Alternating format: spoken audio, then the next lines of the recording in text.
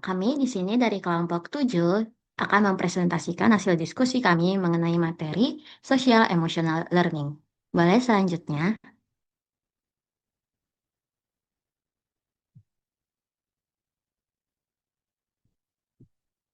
Di sini anggota kami beranggotakan 4 orang. Yang pertama itu ada Mandari Setianti, yang kedua itu ada saya, Desi Natalia, ketiga Marinita Manalu, lalu yang terakhir Ahmad Safarudin Musyafak. Boleh selanjutnya?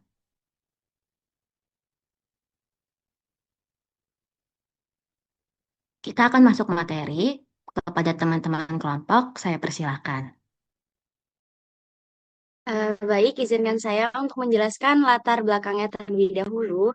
Di sini, sel berkembang sejak akhir abad ke-20 dengan pembentukan KSEL, yaitu Collaborative for Academic, Social, and Emotional Learning di tahun 1994 sebagai pelopor pengembangan pendidikan sosial emosional. Nah, berawal dari kebutuhan mengajarkan soft skill seperti pengelolaan emosi, empati, dan penyelesaian konflik yang kurang diperhatikan dalam pendidikan tradisional.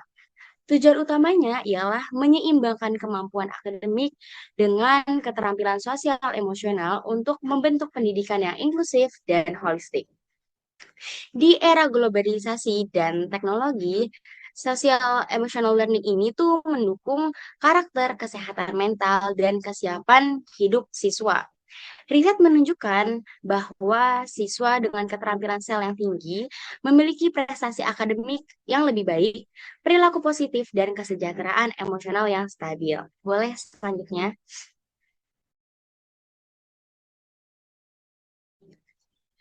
Selanjutnya menjelaskan tentang definisi yang dimana sel atau social emotional learning ini adalah sebuah proses pembelajaran yang membantu peserta didik untuk memahami dan mengelola emosi mereka, membangun hubungan sosial yang positif, menunjukkan empati terhadap orang lain, membuat keputusan yang bertanggung jawab, serta mengembangkan keterampilan sosial yang mendukung keberhasilan akademik dan kesejahteraan emosional. Jadi, pembelajaran sosial emosional ini tuh membantu individu untuk mengelola perilaku mereka serta mengatasi stres dan tantangan sehari-hari dengan cara yang konstruktif. Social emotional learning ini tuh telah menjadi bagian utama dalam kerangka pendidikan modern karena sel ini tuh terbukti dapat meningkatkan kesejahteraan mental dan emosional siswa sekaligus mendukung pencapaian hasil belajar yang lebih baik. Boleh slide selanjutnya. Oke, berikutnya ini ada tujuan dari social emotional learning. Yang pertama itu ada tujuan utama dari sel, yaitu membekali individu dengan keterampilan penting agar mereka dapat berfungsi secara efektif dalam berbagai aspek kehidupan, baik dalam konteks pribadi, sosial, maupun akademik. Lalu selanjutnya ini ada tujuan emotional learning secara spesifik. Yang pertama itu membantu siswa mengenali dan mengelola emosi mereka secara positif. Lalu yang kedua mengembangkan empati dan keterampilan sosial yang baik. Lalu yang ketiga membangun kemampuan dalam pengambilan keputusan yang bertanggung jawab. Yang keempat, meningkatkan kemampuan berkomunikasi dan berinteraksi secara efektif. Yang kelima, mengurangi perilaku antisosial dan meningkatkan suasana belajar yang kondusif. Lalu yang terakhir, mendukung perkembangan karakter dan ketahanan mental individu. Boleh selanjutnya?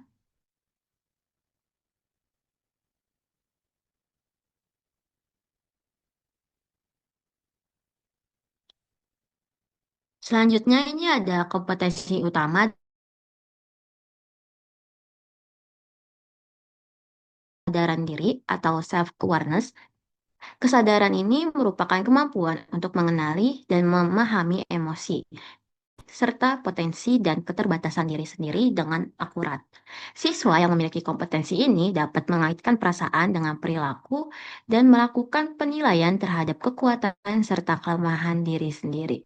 Kesadaran diri yang tinggi meliputi pengembangan rasa percaya diri, optimisme, dan mindset positif yang menunjang pertumbuhan pribadi. Lalu yang kedua, pengelolaan diri atau self-management. Kompetensi ini berkaitan erat dengan kemampuan mengatur emosi, pikiran, dan perilaku dalam berbagai situasi, termasuk dalam pengelolaan diri adalah kemampuan mengendalikan impuls, mengatasi stres secara sehat, serta membangun motivasi dan disiplin diri untuk mencapai tujuan yang diinginkan. Pengelolaan diri yang baik membantu individu bertahan menghadapi tantangan dan tetap produktif. Lalu yang ketiga, itu ada kesadaran sosial atau social awareness. Kesadaran sosial adalah kemampuan untuk memahami dan menghargai perasaan, perspektif, dan kebutuhan orang lain, termasuk yang berasal dari latar belakang sosial dan budaya yang berbeda. Aspek ini menekankan pentingnya empati serta penghormatan terhadap keberagaman sebagai bagian internal dari interaksi sosial yang harmonis. Lalu yang keempat, ada keterampilan berhubungan atau relationship skill. Kemampuan membangun dan memelihara hubungan secara positif melalui komunikasi efektif, kerjasama, dan penyelesaian konflik secara damai. Keterampilan ini memungkinkan individu untuk bekerja sama dalam berbagai konteks sosial, baik di sekolah, keluarga, maupun komunitas secara luas. Lalu yang kelima, terakhir, itu ada pengambilan keputusan yang bertanggung jawab atau responsible decision making. Maksud dari ini adalah kemampuan untuk membuat keputusan yang konstruktif dan etis dengan mempertimbangkan dampak tindakan terhadap diri sendiri, orang lain, dan lingkungan sosial. Aspek ini meliputi kesadaran akan norma sosial, tanggung jawab, serta evaluasi dan refleksi terhadap pilihan yang telah dilakukan.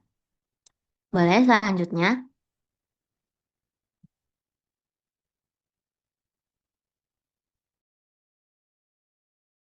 Baik, selanjutnya yaitu ada manfaat sel.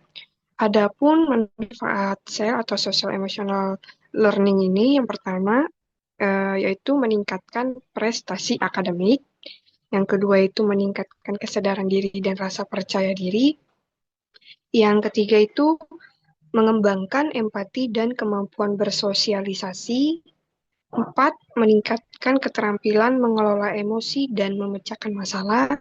Terakhir yaitu kelima, mengurangi stres dan meningkatkan kesehatan mental. Selanjutnya boleh.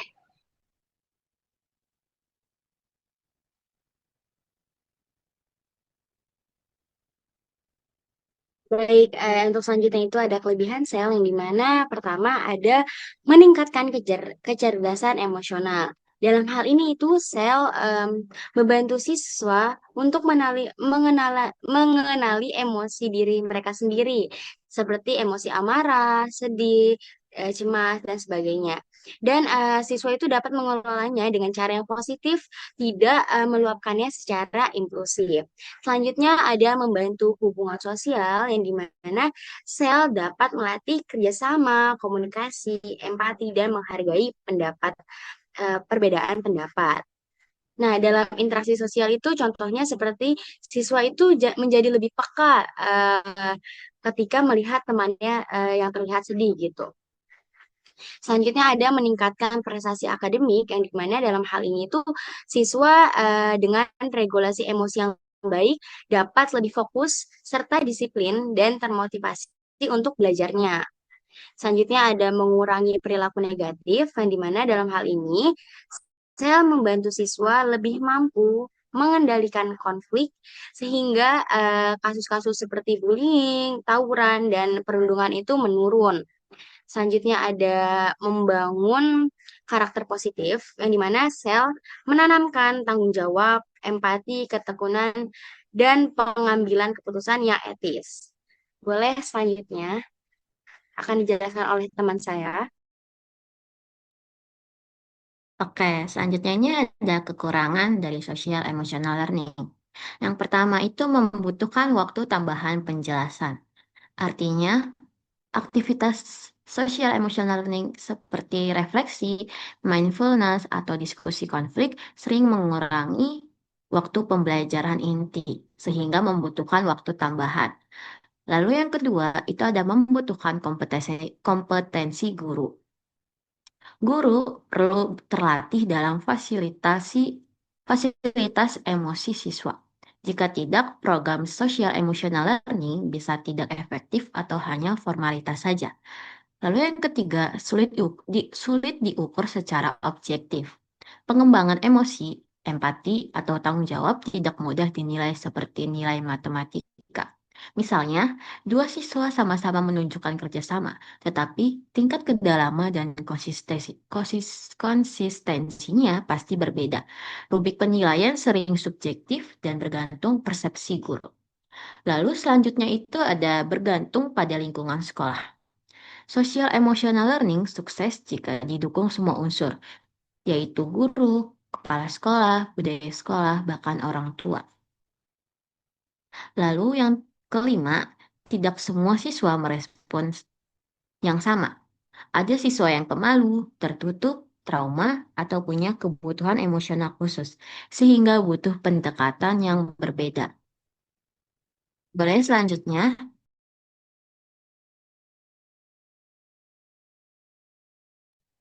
Baik, selanjutnya itu analisis atau efektivitas dan faktor keberhasilan pembelajaran sosial emosional learning. Menurut Collis et al. 2024 dan Husnaini 2024 itu juga menegaskan bahwa itu siswa dengan kemampuan sosial emosional yang baik itu cenderung lebih fokus, bersemangat, dan juga memiliki kesejahteraan mental yang lebih stabil. Sementara itu, menurut penelitian internasional seperti Dowling dan Berry 2020 dan Blewett et al. 2018 ini menunjukkan hasil yang serupa namun dengan bukti empiris yang lebih kuat. Selanjutnya yaitu ada konteks SEL atau social emotional learning di Indonesia ya, yaitu menurut Collis et al. 2024, SEL ini meningkatkan motivasi partisipasi aktif dan juga pengelolaan emosi siswa. Selanjutnya yaitu ada yang dimana ini diperlukan dengan adanya penerapan yang konsisten, pelatihan guru yang memadai, dan juga lingkungan belajar yang aman dan suportif. Adapun peran guru yaitu menumbuhkan suasana yang inklusif, yang dimana juga ini menghargai perbedaan dan juga menjadi teladan sosial emosional.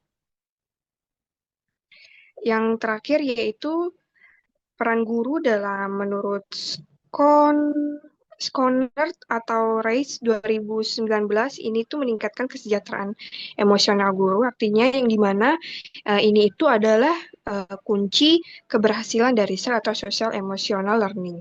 Selanjutnya,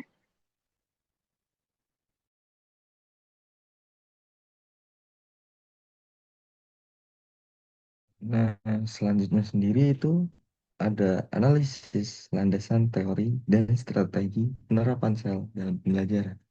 Nah, untuk landasan teoritisnya sendiri, yaitu yang pertama, meningkatkan prestasi akademik, kesehatan mental, dan keterampilan sosial siswa. Nah, di sini keberhasilan sangat bergantung pada mutu pelaksanaannya. Nah, pada mutu pelaksanaannya, termasuk intensitas, kepatuhan, kualitas penyampaian, serta respon peserta. Nah, yang kedua itu humanisme dari Maslow dan Rogers. Di sini mengembangkan potensi positif melalui pengalaman bermakna. Nah, di sini guru harus menumbuhkan suasana kelas yang inklusif agar siswa merasa dihargai dan berani mengekspresikan diri. Nah, yang ketiga itu sosial kognitif dari Bandura. Nah, pembelajaran melalui observasi dan interaksi sosial membentuk karakter dan kecerdasan emosional siswa secara alami. Nah, di samping itu, penyesuaian terhadap kondisi lokal dan keterlibatan komunitas sekolah menjadi unsur penting agar sel tidak hanya formalitas semata, melainkan menjadi budaya yang hidup, relevan, dan berkelanjutan demi mendukung kesejahteraan sosial dan emosional seluruh anggota sekolah. Nah, hasil teoritis itu juga didukung oleh penelitian dari Saroya dan Bak 2025, yaitu meningkatkan engagement dan efikasi diri siswa, dan Aksoy dan Grisham tahun 2024, yaitu program PATHS dan Strong Start meningkatkan kesadaran diri dan keterampilan sosial. Nah, landasan teoritis ini juga harus ada integrasi kurikulum yang selaras dengan kurikulum Merdeka dan profil pelajar Pancasila. Nah, di sini sel diintegrasikan dalam berbagai mata pelajaran, bukan hanya kegiatan tambahan. Nah, untuk strategi implementasinya sendiri, yaitu yang pertama melalui pelatihan guru berkelanjutan.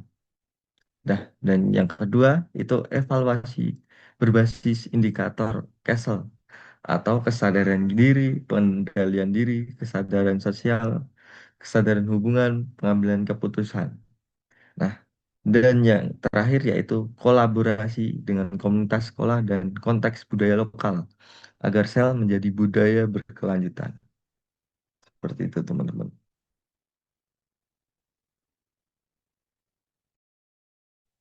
Ya, baik. Sekarang kita akan memasuki sesi diskusi. Bagi teman-teman yang ingin bertanya, dipersilakan untuk raise hand ya.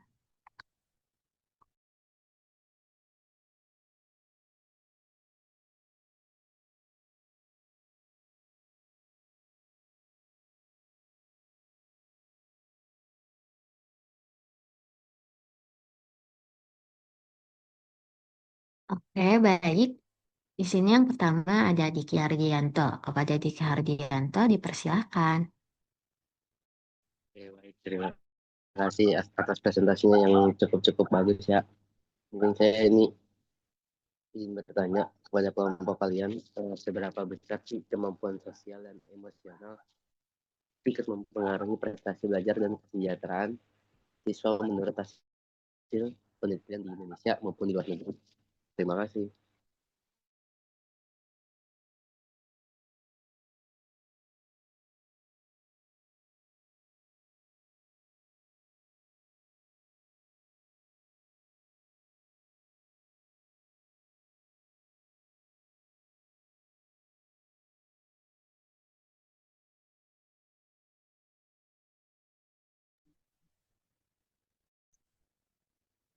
Halo Diki.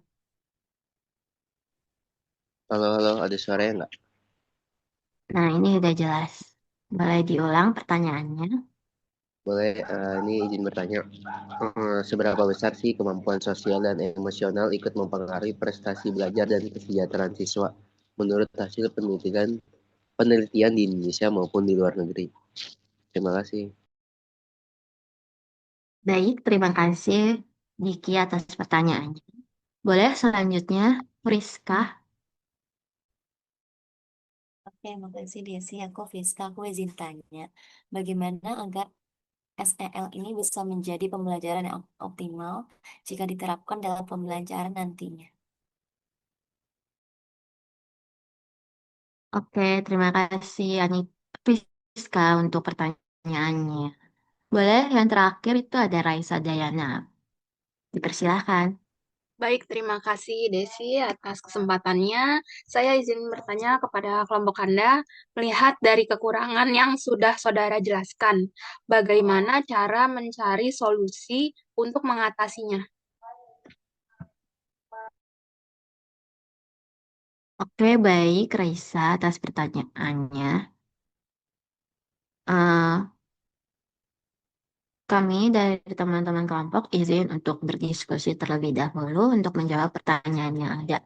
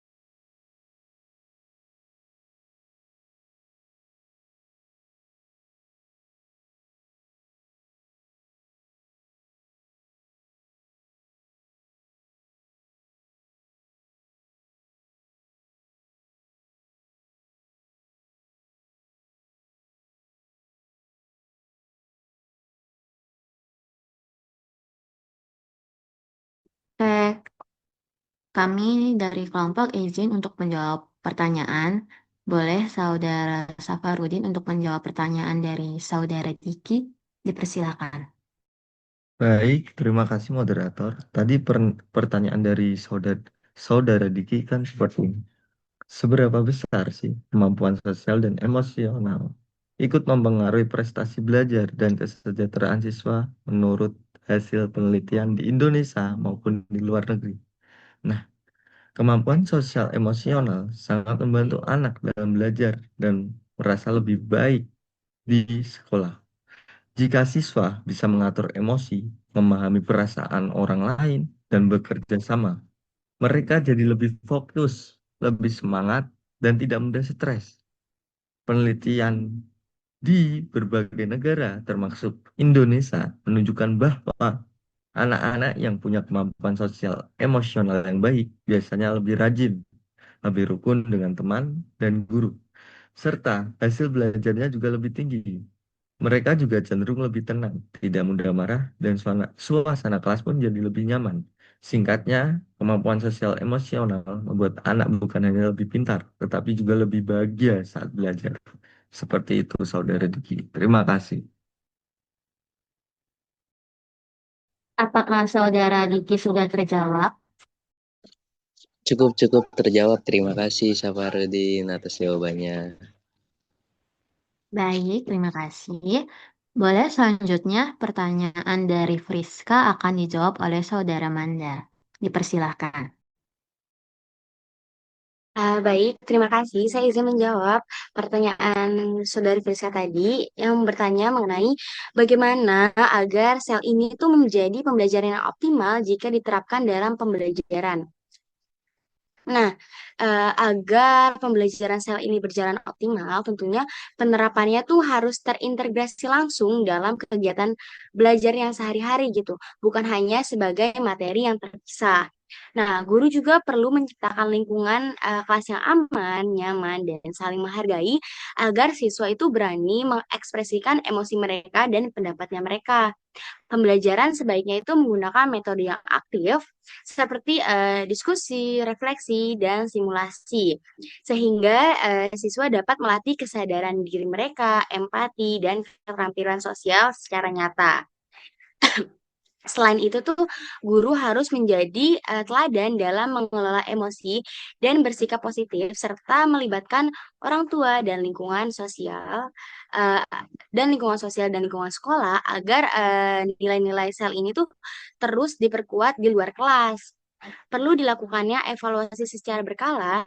Dalam evaluasi ini tuh tidak hanya menilai aspek-aspek akademis aja, tapi juga perkembangan sikap, pengelolaan emosi, dan kemampuan bekerja sama sehingga tujuan sel dapat membentuk karakter dan kesejahteraan siswa dapat tercapai secara menyeluruh. Seperti itu.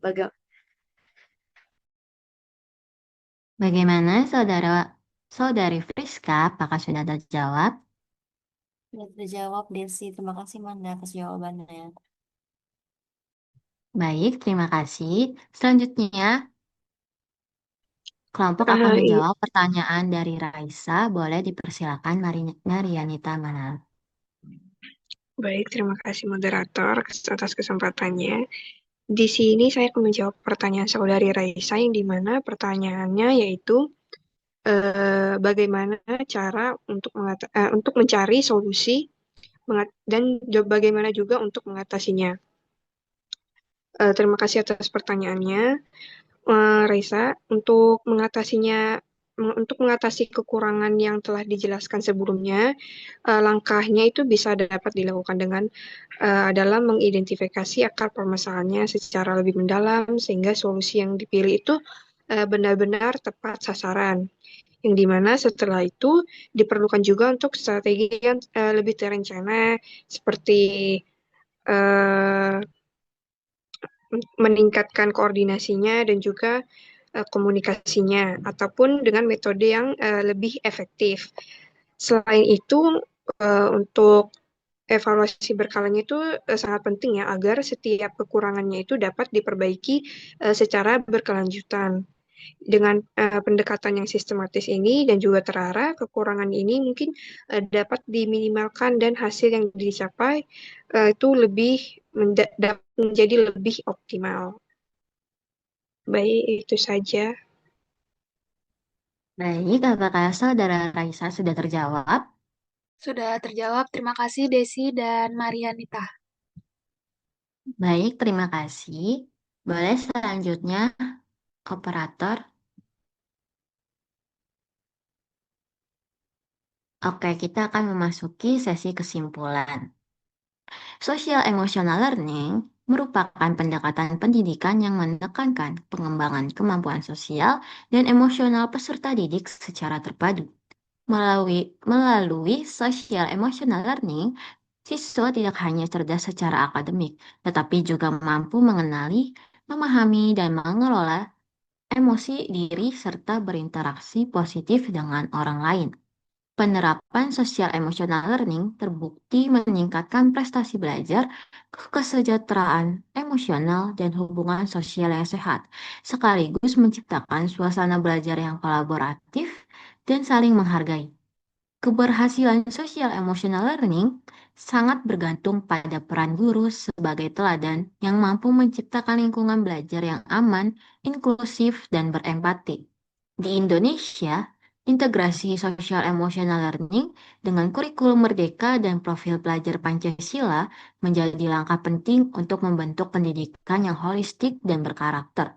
Dengan demikian, social emotional learning bukan sekedar metode tambahan, tetapi paradigma pendidikan yang menyeimbangkan kecerdasan kognitif, emosional, dan moral guna membentuk generasi yang berkarakter, empatik, dan siap menghadapi tantangan global.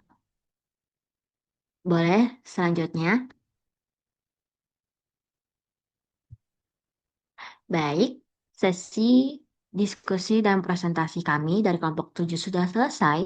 Terima kasih atas partisipasi aktif dari teman-teman semua. Kami kelompok 7 izin pamit undur diri. Mohon maaf bila ada kekurangan. Terima kasih.